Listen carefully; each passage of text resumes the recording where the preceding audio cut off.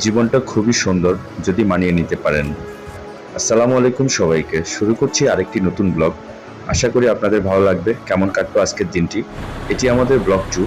তো ১ম এ শুরু করলাম আজকে বাজার দিয়ে। আমি বাজারে গেলাম। বাজারে গিয়ে অনেকগুলো জিনিস কিনলাম। আর পাশাপাশি আমি আজকে মুরগি, তারপর হচ্ছে কি শাকসবজি এগুলো কিনলাম। আর বাজার থেকে আসার সময় দেখলাম অনেক জ্যাম রাস্তায়, দাঁড়িয়েছিলাম অনেকক্ষণ। তারপরে দেখা যাচ্ছে অনেক ক্লান্ত বোধ করতেছিলাম। তাও ভাবলাম কিছু ফুটেজ নিয়ে নিই।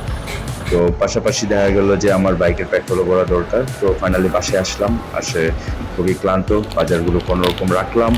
রেখে তোমাকে বললাম যে, "দেখো কি, কি নিয়ে আসি?" তারপরে ও খুলে, খুলে দেখতেছিল। আর বলতেছিল যে, "এটা আনো নাই, ওটা আনো নাই।" আসলে এত গরম বাইরে যে কোনটা ছেড়ে কোনটা কিনবো।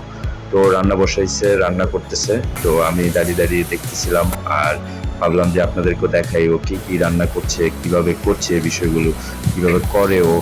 আর আশা করি যে আপনাদেরও ভালো লাগবে। তো দেখেন তাহলে কি, কি মিক্স করছে। হলুদ দিল, তারপরে পেঁয়াজ, তারপরে মরিচ এগুলো দিয়ে ও কিছু একটা করার চেষ্টা করছে। আমার মনে হচ্ছে যে ও মাছ রান্না করবে আজকে। তো দেখি কেমন হয় মাছ রান্না, আপনারাও দেখুন। আর আমি কিছু ঘরের লাইটিং করছিলাম, তো ভাবলাম যে আপনাদেরকে দেখাই। এটা একটা ন্যাচারাল আলো। আমার রুমে এত সুন্দর আলো আসছে আসলে কখনোই দেখা হয়নি। তো পাশাপাশি হচ্ছে কি আপনাদেরকে দেখালাম যে কেমন আসলে আলোটা বিকালের, আর বিকালের আবহাওয়াটা কেমন। আজকের আকাশটা অনেক সুন্দর ছিল, অনেক পরিষ্কার ছিল। তো ভাবলাম যে আপনাদেরকেও দেখাই কেমন। আর ঘরের থেকে এই দৃশ্যটা দেখে খুবই ভালো লাগতেছিল।